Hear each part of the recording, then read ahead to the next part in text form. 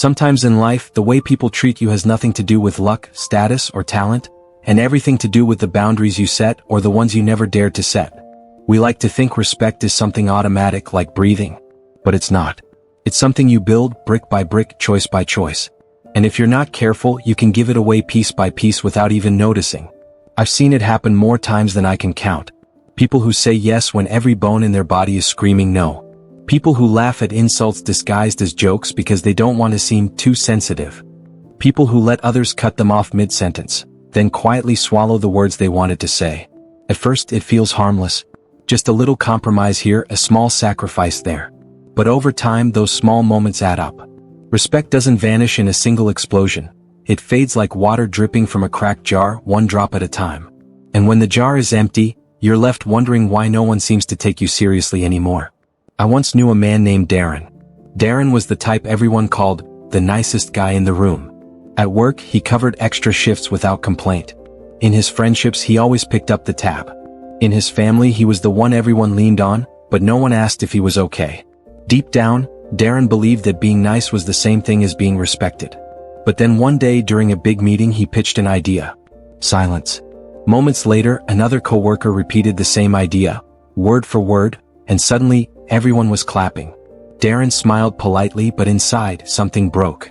That was the moment he realized kindness without boundaries isn't respected, it's exploited. That night, Darren made a decision. He wasn't going to stop being kind, but he was going to stop being invisible. He started by speaking without the little hesitations. No more just an idea, or sorry if this sounds silly. He stopped apologizing for having thoughts. He began to say no when his plate was already full. And little by little he noticed something. People leaned in when he spoke. People waited for his thoughts. The shift didn't happen because the world changed. It happened because he did. I met someone else with a similar story. Her name was Alina. Alina was the friend everyone called when they were in trouble. She'd listen to your problems at 2 in the morning, drive you to the airport before dawn, even lend you money she couldn't really spare. She thought this made her irreplaceable. But then she got sick, really sick. For the first time she couldn't be there for everyone else. Her phone, once buzzing all day, went silent. The people she'd bent over backward for didn't check in, didn't visit, didn't ask how she was doing. That silence hurt more than the illness itself. She realized people weren't valuing her, they were valuing what she gave them. So Alina made changes. She didn't become cold or selfish. She just stopped sacrificing herself to meet everyone else's needs. She started saying, "I can't help right now," without drowning in guilt. And the people who truly cared stayed. The rest faded away. Then there was Mr. Howard, a retired principal I once spoke with. He told me something I'll never forget. For 25 years, on the very first day of school, he told his students, "In this classroom you will respect each other and you will respect me, because I will respect you." He didn't shout. He didn't threaten. But when someone crossed the line, he addressed it immediately. He didn't let small acts of disrespect slide. And because of that, he rarely had to raise his voice. The boundaries were clear from the start. Boundaries don't push people away. They teach people how to stay. I remember a young man named Victor who told me about a job interview he went to. Halfway through, the interviewer started glancing at his phone. Most people would have ignored it, but Victor stopped speaking and said with a smile, "I can see you're busy. Let's continue when you can be fully present."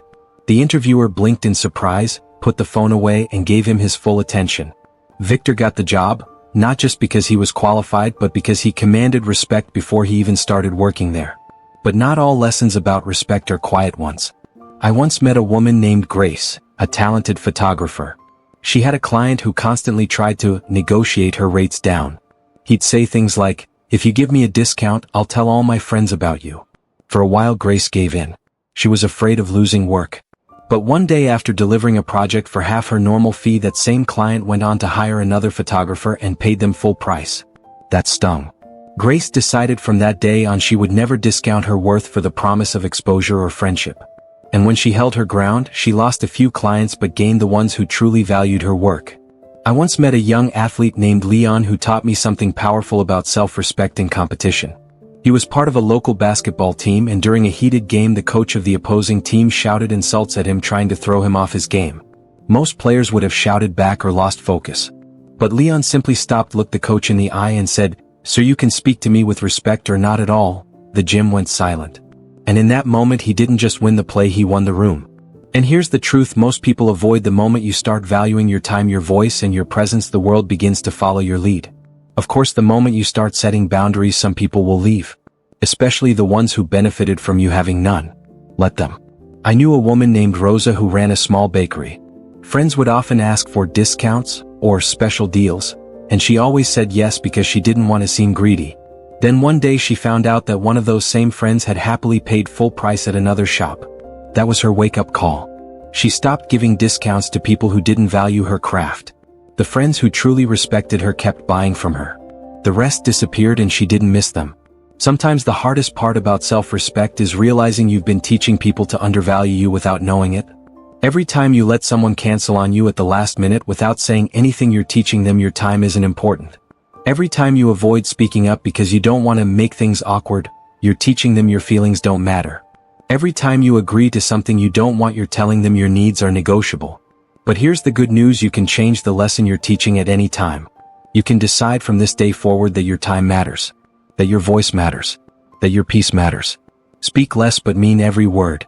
Say no without explaining why. Stop letting other people's opinions define your value. You don't have to be perfect to earn respect. You just have to be consistent with your boundaries. And when you do, everything changes. You walk into a room differently. You speak with more certainty. You attract people who see your worth without needing to be convinced. Because here's the thing: respect is not something you wait for, it's something you claim. And the most important respect you'll ever have is the kind you give to yourself. So don't just hope the world will start treating you better. Teach it how. If you like this video, please click the subscribe button.